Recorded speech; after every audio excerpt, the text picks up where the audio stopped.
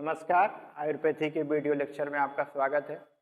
हम लोग चरक संहिता, सुश्रुत संहिता, अष्टांग हृदय, काश्यप संहिता इनको कवर कर चुके हैं और आज जो भी उसी संहिता के कंटिन्यूएशन में एक बहुत इंपॉर्टेंट संहिता है, उस संहिता का नाम है जो आज हमें पढ़ना है, उसका नाम है भेल संहिता।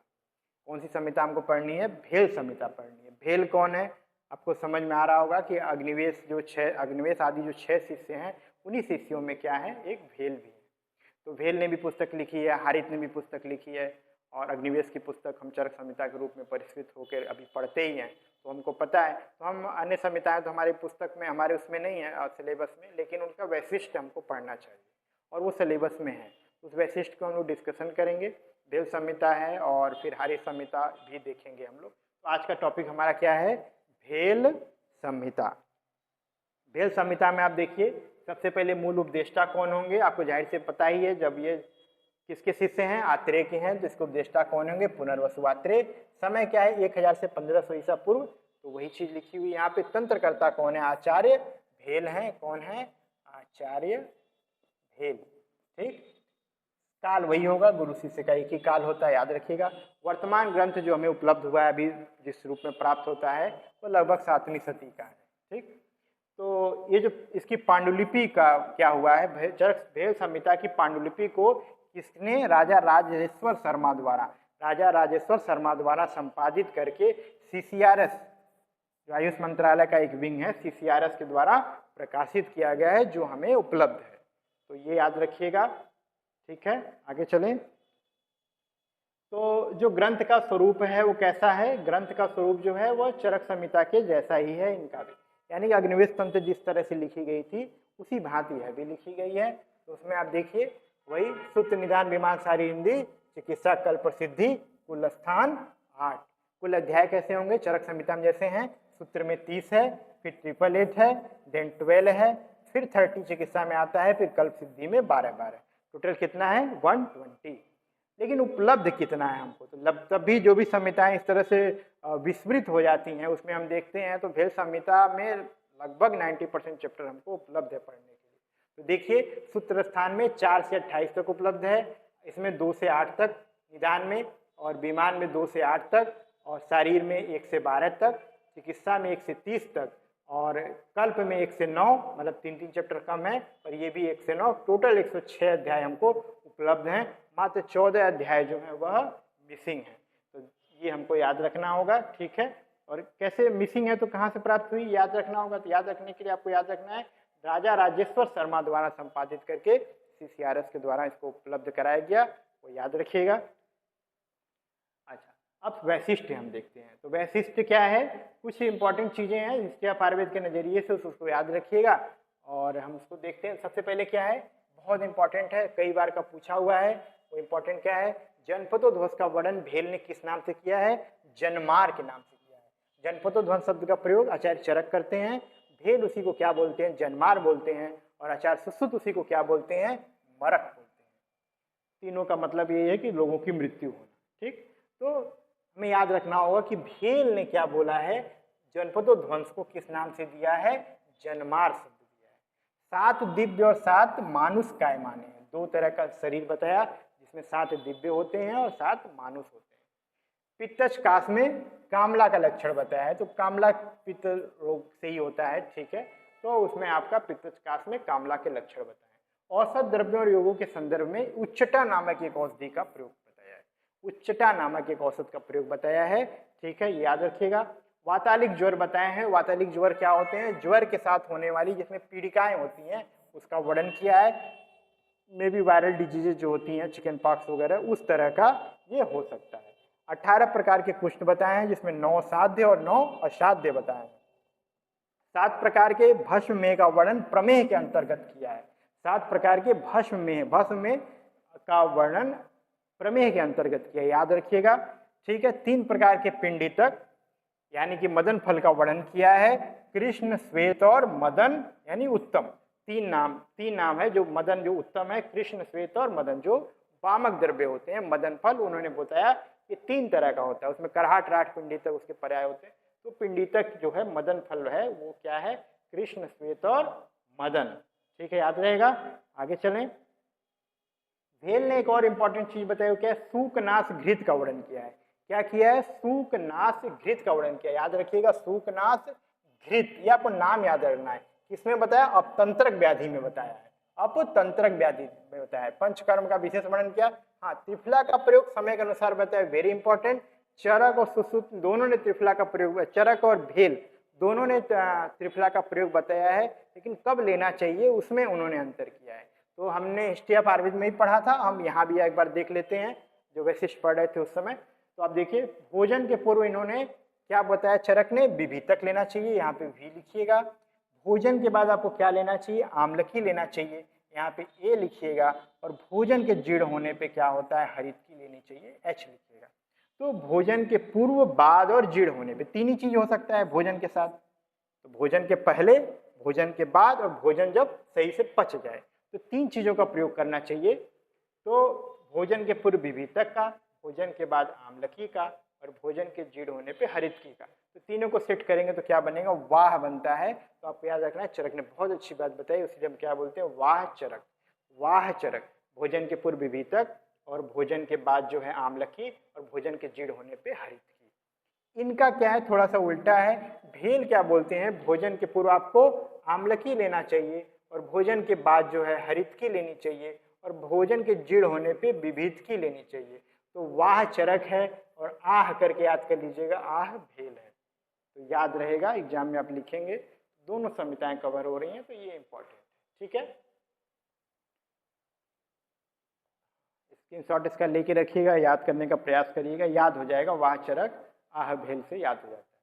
फिर आता है क्यों, तो कुछ रीजन बताया। तो विभितक को जो है इन्होंने पित्त श्लेष्म कर बताया है, पित्त श्लेष्म कर बताया है, और साथ में क्या बोला, यह वातहर होता है। भेल क्या बोलते हैं, विभितक जो है पित्त श्लेष्म कर है और वातहर है। जबकि अन्य आचार्य जो होते हैं उसे श्लेष्म हर कहते हैं। अन्य आचार्य क्या बोलते हैं, श्लेष्म हर बोलते हैं। क्या बोलते हैं, श्लेष्म हर। पित्त के 5 भेद, पित्त के 5 भेद। और ये बहुत इंपॉर्टेंट है कि हम लोग बार बार पढ़ते हैं कि जो आलोचक पित्त होता है उसको आचार्य भेल ने 2 तरह से बताया है, उसके 2 भेद किए हैं। पहला चक्षु वैशेषिक और दूसरा बुद्धि वैशेषिक। तो जो चक्षु वैशेषिक होता है वो चक्षु में रहता है और बुद्धि वैशेषिक जो है वो श्रृंगाटक मर्म एक होता है, वहां पे रहता है। तो याद रखिएगा। तो भेल का इन जनरल हमसे जो इंट्रक्शन होता है, हम लोग यही देखते हैं कि मन का स्थान भेल ने कहाँ बताया है, तालु और सिर और तालु के मध्य बता रखा है। और दूसरे नंबर पे ये जो आपका आलोचक पित्त होता है उसके 2 भाग बताते हैं, 2 भेद बताते हैं, चक्षु वैशेषिक और बुद्धि वैशेषिक। याद रखिएगा। वात की तरह ही पित्त और कफ के वेग को भी अधारणी माना है, एवं पित्त और कफ के वेग को धारण करने पे क्या होगा, पित्त और कफ का अगर आपने धारण किया तो त्वचा ज्वर, शोफ और छर्दी हो सकता है। इजी है। तो त्वचा रोग होगा ही, पित्त जहाँ रहेगा ज्वर भी आ सकता है। और आगे देखिए, कफ के कारण शोफ और छर्दी, तो ये दोनों आपका कफज और ये दोनों जो हो गया पित्त। तो ऐसा ये मिल सकता है। 3 तरह की ऐषणाएं बताई हैं जो हम लोग चरक की ऐषणा हम लोग याद रखते हैं हमेशा। क्या है, प्राण ऐषणा, धन ऐषणा, परलोक ऐषणा। वहीं पर जो भेल क्या बोलते हैं, इसको हम लोग एक तीसरा ऐड करते हैं, उसको बोलते हैं धर्म ऐषणा। तीसरा क्या है, जहां परलोक ऐषणा चरक ने बता रखा है, भेल वहीं पे क्या बोलते हैं, धर्म ऐषणा। ये भी उसी से मोक्ष से रिलेटेड ही है, लेकिन धर्म ऐषणा शब्द दिया, इसलिए आप इसको याद रखिएगा। रसाज धातुओं के प्रदोषज विकारों के साथ ही गर्भ प्रदोषज विकार भी वर्णन किए हैं। तो हम लोग धातु प्रदोषज विकार तो पढ़ते ही पढ़ते हैं। तो भेल क्या बोलते हैं, गर्भ प्रदोषज भी व्याधियां होती हैं, ये भी आप उन्होंने वर्णन किया है। जल को इन्होंने महारस बोला है, जल को क्या बोला है, महारस बोला है। और अन्न को महाऔषध बोला है, अन्न को महाऔषध बोला है। ठीक। आहार को महाभैषज किसने बोला है, ये आप कमेंट करके बताइएगा, पीछे लेक्चर में आपको मिल जाएगा। आपो महारस विद्यात अन्नम च वे महाऔषधम। क्लियर है, याद रहेगा। फिर आगे चलें। हाँ, 8 प्रकार के यवागु बताए, 12 प्रकार के पथ्य बताए, तो यह याद रहेगा, पथ्य ने याद रहेगा। उपनाह 300 प्रकार के बताए, तो बहुत ही ज्यादा, इसलिए ज्यादा नंबर, इसलिए इसको आप याद रखिएगा। 8 प्रकार के यवागु और 12 प्रकार के पथ्यन, तो इजिली याद हो जाएगा। चिकित्सा के चतुष्पाद में इन्होंने भेषज को प्रथम माना है। ये देखिए, भेषज यानी औषधियां प्रथम है और वैद्य क्या है, अंतिम स्थान पे माना है। और उपस्थाता को प्रतिश्रावी कहा है। उपस्थाता को क्या बोला है, प्रतिश्रावी। प्रतिश्रावी यानी परिचारक को प्रतिश्रावी शब्द दिया है। वेरी इंपॉर्टेंट, कई बार का पूछा हुआ, याद रखिएगा। गृद्धसी में सहचर तैल और मूलक तैल का अभ्यंतर प्रयोग के साथ साथ एक और चीज बताई, वो क्या बताया, आप रक्त मोक्षण भी कराइए। तो अभी भी हम लोग करते हैं और वाकई इफेक्टिव है, यही चिकित्सा सूत्र है इसका। वारणी नामक मध्य को, वारणी नामक मध्य को क्या बोला, रक्त प्रदूषक माना है। तो ये तो याद रहेगा, वारणी नामक मध्य। अष्टविध स्वेद बताएं, अष्टविध स्वेद बताएं, शंकर, प्रस्तर, नाड़ी, सेक, द्रोणी, जल, उदक और कुटी। 8 प्रकार के क्या होते हैं, स्वेद होते हैं। ये इंपॉर्टेंट है, इनके द्वारा याद रखिएगा। सभी दूधों को अभिसंधि माना, वेरी इंपॉर्टेंट। सर्व दुग्धान अपि अभिसंधि गव्यम तेभ्यो विशेषित, विशेषकर गाय का। तो गाय का दूध भी अभिसंधि माना है। किसने माना है, आचार्य भेल ने माना है। और सभी लोग महिष दूध को अभिसंधि मानते हैं और गाय के दूध को श्रेष्ठ बताते हैं। लेकिन भेल का जो मत है कि गाय का दुग्ध भी अभिसंधि होता है, तो विशेष है, इसलिए याद रखिएगा। ठीक है, आगे चलते हैं। आगे आता है 7 प्रकार के श्रीपद और 7 प्रकार के शुक्र दोष माने। तो ये याद रखिएगा, 7 प्रकार के श्रीपद और 7 प्रकार के शुक्र दोष माने। निरंतर गीत गाते रहना, ये क्वेश्चन है, क्वेश्चन ही टूटा हुआ है। पित्तज उन्माद में निरंतर व्यक्ति गीत गाते रहता है, तो इजी है। अब आगे देखिए, प्रत्येक ऋतु के अनुसार इन्होंने मैथुन का निर्देश किया है। उसको इन्होंने विशेष रूप से बता रखा है किस ऋतु में कितने दिन पे आपको मैथुन कर्म करना चाहिए। शिशिर में क्या दिया है, प्रत्येक 7 दिन पे, बसंत में प्रत्येक 15 दिन पे, ग्रीष्म में ज्यादा दिन पे 30-30 दिन पे, वर्षा ऋतु में प्रत्येक 9 दिन पे, शरद में 10 दिन पे और हेमंत में 5 दिन पे। तो बहुत यूनिक वर्णन है, किसी ने ऐसा वर्णन नहीं किया है, इसलिए इसको याद रखिएगा। ठीक है, शिशिर, बसंत, ग्रीष्म, वर्षा, शरद, हेमंत। तो शिशिर में 7, बसंत में 15, ग्रीष्म में 30, वर्षा में 9 और शरद में 10 और हेमंत में प्रत्येक 5 दिन के बाद। ठीक है, आगे चलें। रंजक पित्त को राजक पित्त नाम दिया है, ये भी आपको याद रहेगा, इजी है। राजक पित्त का नाम दिया है। और शरीर में 10 अंतर्गुहा और 10 बहिर्मुखा होती हैं, बहिर्गुहाएं होती हैं, ये बताया है। हाँ, वेरी इंपॉर्टेंट जो है क्या है, भेल ने मन का स्थान सिरो तालु के मध्य माना है। सिरह तालवेंद्रिय गतम परम मना, सिरह तालवेंद्रिय गतम परम मना। फिर क्या है, हृदय की आकृति कैसा माना, पुंडरीकस्य संस्थानम कुंभिकायो फलस्य। तो पुंडरीक यानी कमल के पुष्प के समान हृदय की आकृति माना है। आगे बहुत इंपॉर्टेंट है, भेल ने स्वेद, रक्त, मूत्र और फेन को आभ्यंतर मल माना है। ठीक, स्वेद, श्वास, च मूत्रम, च फेनम, च आभ्यंतरम मला। इंपॉर्टेंट है, स्वेद, रक्त, मूत्र और फेन। स्वेद, रक्त, मूत्र और फेन, इन चारों को आभ्यंतर मल माना है। सभी प्रकार की पैथिक व्याधियों में स्वेदन नहीं करना चाहिए, तो इजी है, स्वेदन का निषेध बताया है। क्षारी और उपक्षारी, क्षारी और उपक्षारी भेद से पृष्ठ रोग के 2 प्रकार बताए हैं। हाँ, ये इंपॉर्टेंट है। शरीर को मैथुन क्रिया का मूल, शरीर क्या है, मैथुन क्रिया का क्या है, मूल है। ठीक, और फल, फल माना है। रति मूलम शरीर ही शरीरस्य रति फलम, तो मूल भी है और फल भी है। तो ये याद रखिएगा, शरीर जो है मैथुन क्रिया का मूल और फल दोनों। ठीक, उसी से आप उत्पन्न होते हैं, इस वजह से ऐसा लिखा है, याद रहेगा। हाँ, एक देखिए निदानार्थकर रोग के रूप में दिया है। निदानार्थकर रोग का क्या है, देखिए पुंडरीक कुष्ठ के अगर फूटेगा तो क्या होगा, रिसजी होगा, और रिसजी कुष्ठ के फूटने से क्या होगा, काकड़क होगा।